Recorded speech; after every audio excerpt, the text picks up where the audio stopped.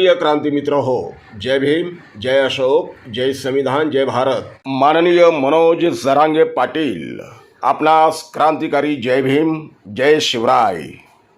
गरीब मराठ्यांना आरक्षण मिळविण्यासाठी आपण करीत असलेल्या संवैधानिक सनदशीर आंदोलनाचे सर्वप्रथम मी भीम आर्मी प्रमुख माननीय प्रफुल्ल भाऊ शेंडे आणि भीम आर्मी संविधान रक्षक दलाच्या तमाम संविधान रक्षक भीमसैनिकांच्या वतीनं अभिनंदन करतो. सत्तेचे गुलाम झालेल्या प्रस्थापित मराठा नेतृत्वाला लाथाडत मराठा समाजाच्या न्याय अधिकारांसाठी लढण्याची जी हिंमत आणि धमक तुम्ही दाखवली ते कौतुकास्पद आहे. गरीब मराठ्यांचे नेतृत्व तुम्ही उभं केलं याचा आम्हाला सार्थ अभिमान आहे. मला स्वतःला अभिमान आहे की गरीब मराठा बांधवांच्या ह्या लढ्यात त्यांना साथ देण्यासाठी अगदी सुरुवातीपासून आंबेडकरी समाज मैदानात उतरला आहे. कोणत्याही समाज घटकांवर अन्याय होऊ नये, कोणीही आपल्या अधिकारांपासून वंचित राहू नये, इथल्या प्रस्थापित व्यवस्थेने कोणत्याही जाती समूहाचं शोषण करू नये याच मताचे आम्ही आहोत. मुळात आंबेडकरी मुवमेंट ही तथागत बुद्ध प्रणीत मानवतावादावर आधारित असल्यामुळे इतरांचे दुःख आपलं दुःख समजून ते दुःख नष्ट करण्यासाठी आंबेडकरवादी नेहमीच पुढाकार घेत असतात.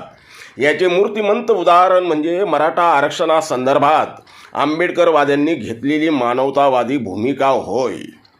इतर जाती समूहांबद्दल आंबेडकरवाद्यांची भूमिका अगदी स्पष्ट आणि स्वच्छ आहे. ओबीसींना त्यांचे न्याय अधिकार मिळविण्यासाठी मंडल आयोगाचा लढा हा आंबेडकरवाद्यांनीच उभा केला होता हे सर्वश्रुत आहे. गेली 2000 वर्षांपासून आम्ही सामाजिक व धार्मिक अन्याय सहन केला, अत्याचार सहन केला. आम्ही सहन केलेला व आमच्या वाटेला आलेला अन्याय अत्याचार कुणाच्याही वाट्याला येऊ नये. एक वेळ आम्ही आमच्यावर झालेला अन्याय सहन करू, पण इतर दुसऱ्यांवर अन्याय होता कामा नये अशी आंबेडकरवाद्यांची प्रामाणिक भूमिका असते. मराठवाडा विद्यापीठाला विश्वरत्न डॉक्टर बाबासाहेब आंबेडकर यांचे नाव देण्यात यावे, फक्त एवढीच आमची मागणी असतानाही आम्हाला सुमारे 16 वर्ष संघर्ष करावा लागला. या संघर्षात आमच्या संसाराची राख रांगोळी करण्यात आली. आमच्या कित्येक तरुणांना जीवाचे बलिदान द्यावे लागले. तरीसुद्धा आम्ही हे सगळं बाजूला ठेवून केवळ आणि केवळ मराठा समाजाला त्याचे अधिकार मिळावे म्हणून आम्ही सारे आंबेडकरवादी मराठा समाजाच्या सोबत ठामपणे उभे राहिलो. आंबेडकरवाद्यांइतकी उदात्त मानवीय भूमिका जगात कोणाचीच असू शकत नाही. म्हणूनच एक आंबेडकरवादी असण्याचा माझ्यासारख्या सर्वसामान्य कार्यकर्त्याला निश्चितच अभिमान आहे. माननीय जरांगे पाटील, मराठा आरक्षणाची लढाई आपण जिंकू याबद्दल दुमत नाही. तुमच्याच शब्दात सांगायचे झाले तर सन्माननीय प्रकाशजी आंबेडकर साहेब आणि रामदासजी आठवले साहेब आता मराठ्यांबरोबर आल्याने आपल्याला आरक्षणापासून कोणीही रोखू शकत नाही. ही जी तुम्ही भावना व्यक्त केली होती ती आंबेडकरवाद्यांच्या इमानदारीला व प्रामाणिकपणाला केलेला सॅल्यूट आहे असं मी मानतो. आंबेडकरवाद्यांनी इतका दिलदार आणि विश्वसनीय मित्र ह्या जगात कोणीही असू शकत नाही. जणू काही ह्याच विश्वासावर तुम्ही केलेलं ते शिक्कामोर्तब होतं. आंबेडकरवाद्यांनी घेतलेली मानवतावादी भूमिका आणि स्वतः तुम्ही आंबेडकरवाद्यांवर मनापासून दाखवलेला विश्वास ह्यामुळं आंबेडकरी जनता आणि मराठा समाज एकत्रित यांच्या प्रक्रियेला मोठा वेग आला आहे. दोन्ही घटकांमध्ये कमालीचा सुसंवाद घडू पाहतोय. मुळात बौद्ध समाज आणि मराठा समाजाचे वैर असण्याचे काहीच कारण नाही किंवा दोन समाज एकमेकांचे वैरी होते असाही इतिहासात कोणताही दाखला नाही. उलट पक्षी बहुजन प्रजा प्रतिपालक कुळवाडी भूषण छत्रपती शिवाजी महाराजांनी निर्माण केलेल्या स्वराज्यासाठी मराठा, महार व इतर 18 पगड जाती समूहांनी सारख्याच प्रमाणात आपलं रक्त सांडवलं आहे. स्वराज्य रक्षक छत्रपती संभाजी महाराजांना औरंगजेबाने कैद केले असता आपल्या स्वराज्य रक्षक धाकल्या धन्याला मोगलांच्या कैदीतून सोडवण्यासाठी सुमारे 6 लाखांच्या फौजेत थेट घुसून भिडणारा रायप्पा महार होता. संभाजी राजांवर म्हणजे छत्रपती शिवाजी महाराजांच्या लेकरावर अंत्यसंस्कार करणारे गणपत बाबा गायकवाड हे सुद्धा महार होते. ह्या काही दंतकथा नाहीत, तर इतिहासाने आपल्या छाताडावर हे ऐतिहासिक सत्य कोरून ठेवलं आहे.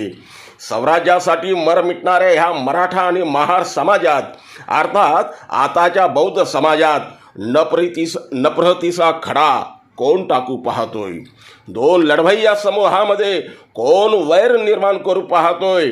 अर्थात ज्यांनी हजारो वर्षापासून जातीसारखी नीच व्यवस्था निर्माण करून माणसाला माणसापासून तोडण्याचे पाप केले, अशीच नफरतखोर विकृती मराठा व बौद्धांमध्ये नफरतीची दरी अधिकाधिक रुंदावण्याचे पाप करीत आहे.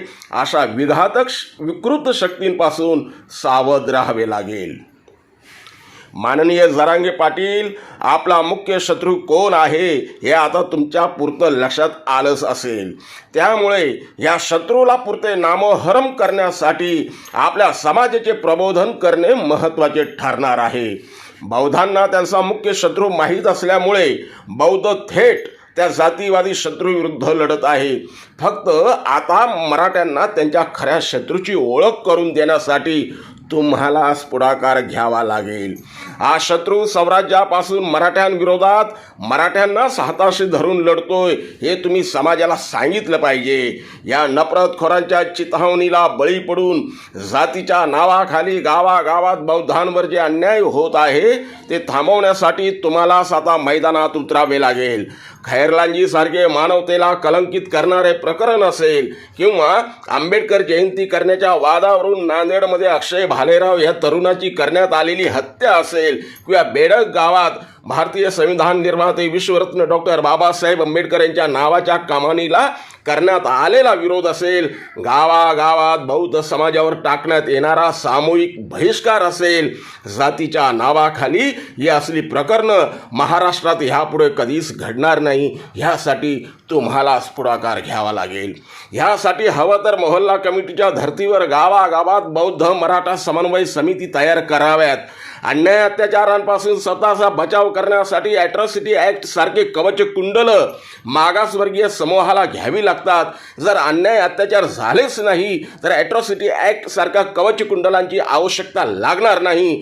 पण मागासवर्गीय समूहावर अन्याय अत्याचार होणारच नाही याची हमी कोण देणार? ह्यासाठी जरांगे पाटील तुम्हालाच पुढाकार घेऊन एक आश्वासक वातावरण निर्माण करावं लागेल. ज्यावेळी गावागावात बौद्ध व मराठा समाज हातात हात घालून फिरेल त्यावेळी या भीमशक्ती व शिवशक्तीकडे जगातली कोणतीही नफरतखोर विकृत शक्ती वाकड्या नजरेने पाहण्याची हिंमत करणार नाही.